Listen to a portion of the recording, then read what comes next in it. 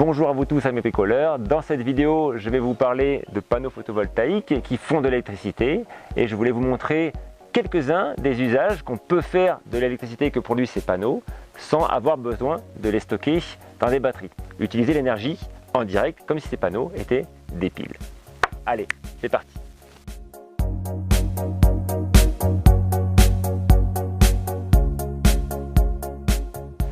Ça, c'est des tout petits panneaux qui font 1 watt chacun.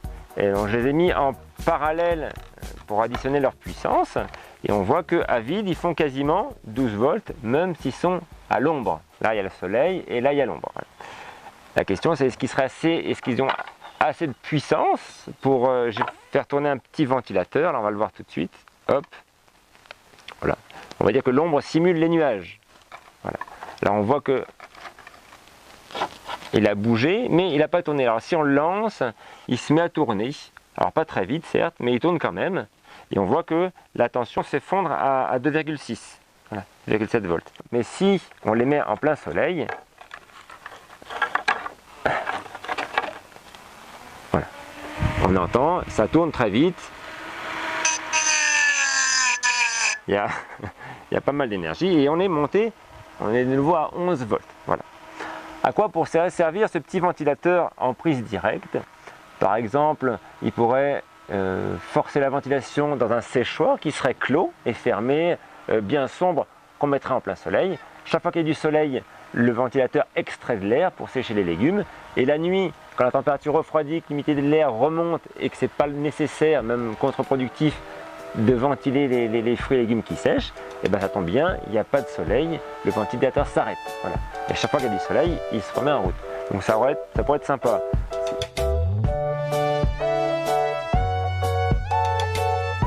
On voit qu'avec ce ventilateur, je peux complètement cacher un panneau.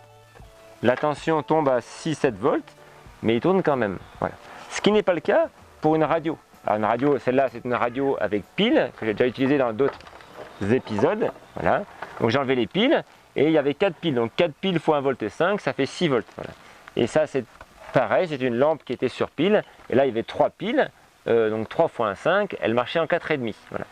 Comment j'utilise ces petits panneaux solaires 12 volts pour alimenter ces appareils qui sont plutôt lui en 6 volts et la lampe là en 4 volts et demi? Et bien je vais utiliser un abaisseur de tension, ce qu'on appelle un convertisseur DC-DC.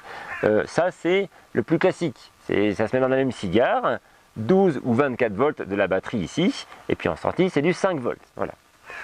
Ça c'est la version de riche à 10 €, et ça c'est la version où il y a juste l'intérieur, ça coûte 10 centimes, c'est 100 fois moins cher, et ça a la même fonction. Voilà. Alors je vais le faire avec un panneau un peu plus grand. On va le faire avec un panneau 10 watts.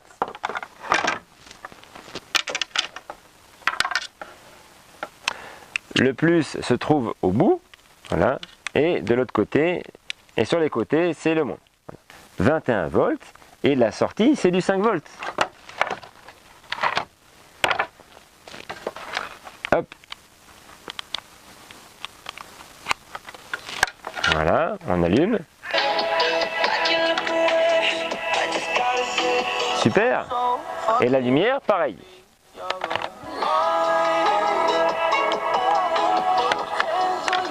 Voilà. Alors vous allez me dire, la lumière en plein jour, ça sert à rien. Alors, oui et non. Non, parce que si on a une cave ou une pièce sombre, ça peut être bien pratique d'avoir la lumière même en journée. Ça peut être sympa.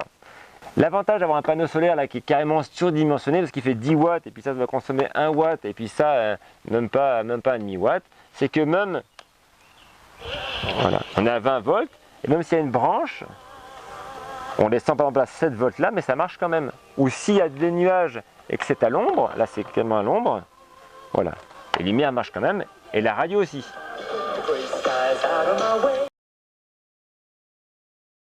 Et il faut savoir aussi que la lumière ne sert pas qu'à exclusivement à s'éclairer. Là j'ai par exemple un petit panneau que j'ai acheté au printemps. Alors ça c'est un panneau qu'on appelle une lampe de croissance pour les plantes qui au printemps n'ont pas beaucoup de lumière. J'ai mis cette lampe dessus et j'ai vu que les plantes se redressaient et arrêtaient de pousser en étant de plus en plus fines. Voilà. Vous allez me dire oui c'est sympa, mais cette lampe là actuellement est en 220 volts, mais j'ai regardé dedans et j'ai vu qu'il y avait un petit transformateur qui a baissé sa tension de 220 volts en 37 volts. Et bien, pour passer à 37, on utilise un autre appareil qui monte la tension. Et là, à partir du moment où il met entre 12 et 36 volts en entrée, on peut sortir de 24 jusqu'à 80 volts avec ce petit truc là qui est pas mal. Voilà. Pour utiliser du 12 volts qui est plus quand même classique du 5 ou du 37 volts, j'ai trouvé ce petit convertisseur de chez Victron qui est un DC-DC qui ramène tout ce qu'il y a entre 18 et 36 volts avec ou sans nuage en 12 volts stable. Voilà. Alors ça peut être pratique pour alimenter cette petite pompe à eau qui est en 12 volts et qui fait 20 watts. Par contre, 20 watts avec un panneau solaire de 10 watts, ça va être compliqué. Voilà. Donc ça, c'est un panneau 50 watts. Voilà. Alors, j'ai pris les fameuses prises solaires. Donc il faut commencer, ils disent par le moins. Donc, voilà le moins. Hop, je branche le plus. Voilà, je mets le panneau au soleil.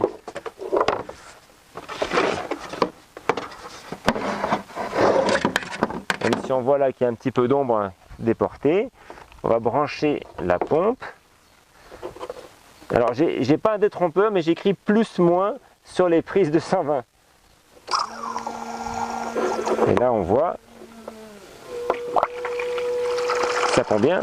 Alors cette pompe est censée monter de l'eau jusqu'à 2 mètres. Ouhou, sans problème. Ça peut être une bonne idée pour déplacer de l'eau d'un point en bas d'une gouttière, on a une réserve d'eau ou d'un étang et qu'on emmène ça dans le jardin. Voilà, ça peut être aussi une bonne utilisation en direct. C'est quand il y a du soleil qu'on a besoin d'arroser. Donc le problème ne se pose pas, il n'y a pas besoin d'arroser la nuit. Allez. Bon, alors c'est sympa la petite pompe, mais moi ce qui m'intéresse avec ce genre de panneau solaire et ce convertisseur 12 volts, c'est de faire tourner cette machine que vous connaissez peut-être déjà, qui est sur un moulin à café, moudre du maïs pour faire de la polenta, avec un moteur d'essuie-glace. Voilà. Allez, c'est parti.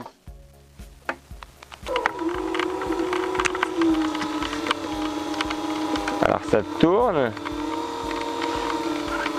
Alors, comme c'est un 50 watts et lui aussi, c'est un petit peu limite.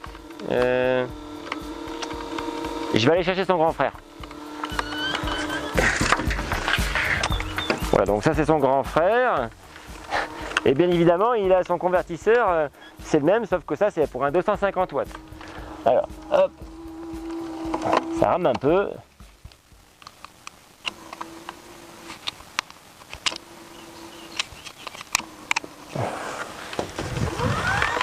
Ah ben voilà! Ah ben voilà, là ça tourne! Alors même si je mets une main. Alors si je mets une bande comme ça marche.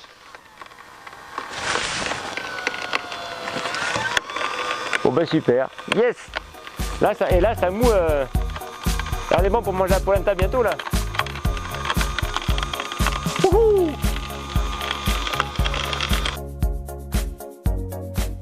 Une autre façon d'utiliser du 12 volts issu de panneaux solaires en direct, en plus de moudre, par exemple du maïs, ça serait utiliser une petite résistance chauffante comme celle-là. Alors c'est un chauffe-eau, ça, du coup on le met dans l'eau, on le branche directement et cette résistance-là va se mettre à chauffer de l'eau. Alors ça c'est une 100 watts, ça permet de chauffer à peu près 10 litres d'eau en 4 heures, mais il y a des résistances comme ça plus grosses, en 12 volts aussi, qui se font 300 watts. Voilà, c'est une autre application des panneaux solaires photovoltaïques en prise directe.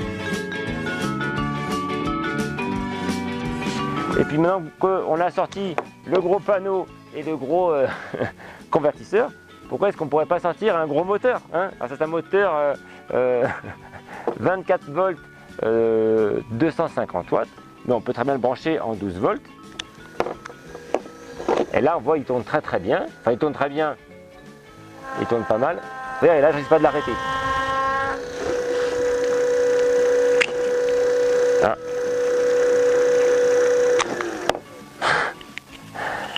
À quoi pourrait servir ce genre de moteur? Bah, a priori, je pense que ça pourrait bien aider notre ami Damien pour sa machine à laver le linge à pédale. c'est sympa, un petit moteur comme ça. En plus, il peut le faire la journée tranquillement. Ah, vous allez me dire, c'est sympa, mais Damien, il a peut-être à un moment besoin d'essorer, d'aller beaucoup plus vite, et ce moteur, il tourne toujours à la même vitesse. Et ben, c'est normal parce que lui, il sort du 12 volts. Voilà, alors pour aller plus vite, on pourrait très bien, premièrement, enlever tout ceci. Voilà, hop. Mettre directement une prise accessible comme ceci. Voilà, hop. Et alors là, tenez-vous bien, j'ai amené un petit régulateur électronique de vitesse. Donc on branche le plus-moins comme ceci. Top. Comme ceci, plus-moins, hop. Et là, je mets les contacts, hein, et il y a marqué 33 volts. Et là, en tournant la poignée,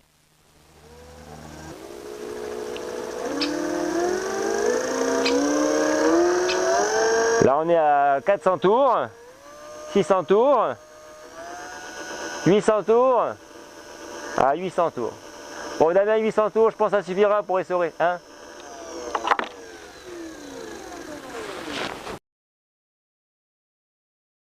Bon, récapitulons un petit peu. On a vu qu'il y avait un ventilateur qui pouvait marcher à différentes tensions. On a vu qu'on pouvait abaisser la tension à 5 volts, la monter à 37 volts. On a même vu qu'on pouvait abaisser, stabiliser la tension à 12 volts avec plus ou moins de puissance pour faire tourner des pompes ou autres appareils. On a même vu ici qu'on pouvait utiliser un variateur de vitesse pour la machine à laver de Damien. Voilà.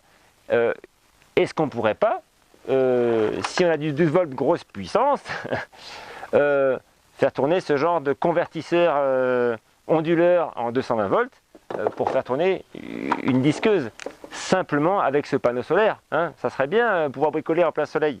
Allez, on essaye. Voilà, je branche le moins, hop, le plus, ça c'est du 12 volts, je le branche là-dessus, et quand j'appuie là, ça s'allume.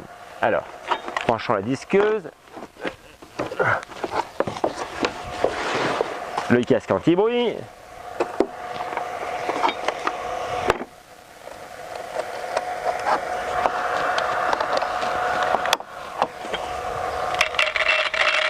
ah,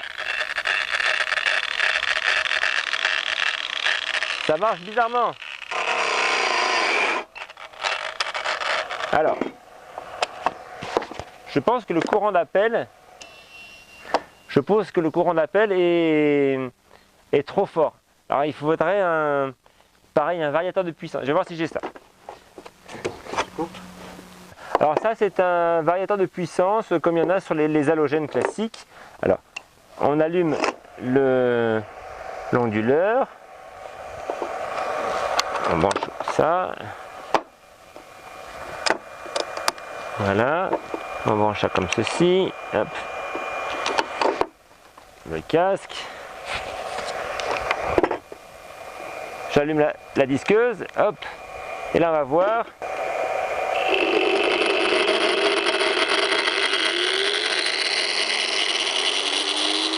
Yes!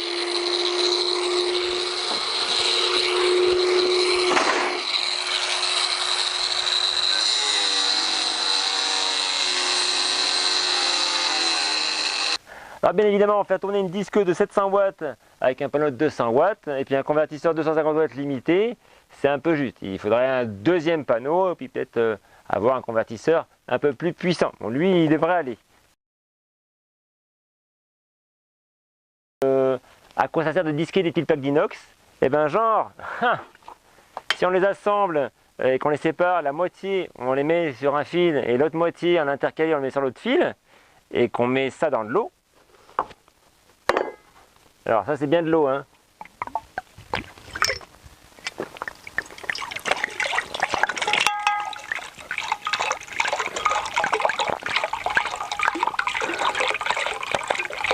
Voilà, dans 1 litre d'eau. Alors, on ne met pas sur le BCDC, on met directement, voyez mon truc, la prise directe. Voilà, hop, super. Alors si je branche directement plus ou pas moins, alors si on le branche directement dessus, ben, il ne se passe rien, mais si on met ça dans l'eau,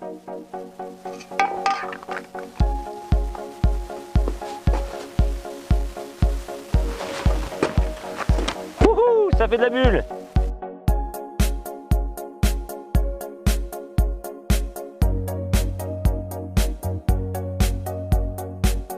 Alors qu'est-ce qui se passe?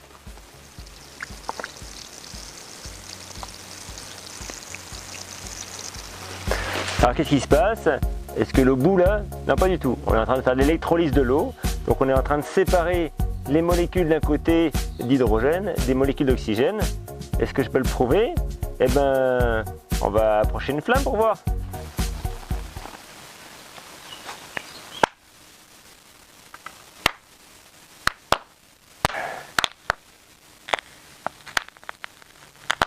Et de la mousse, ça va faire des grosses bulles. Ouais, je pense que c'est une bonne idée.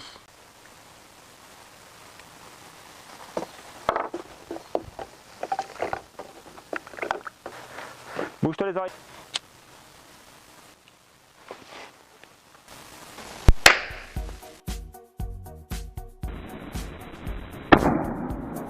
C'est vachement dangereux ton truc. Oui, ben en tout cas, on pourrait faire tourner un couple électrogène avec, non? Et ça va te servir à quoi?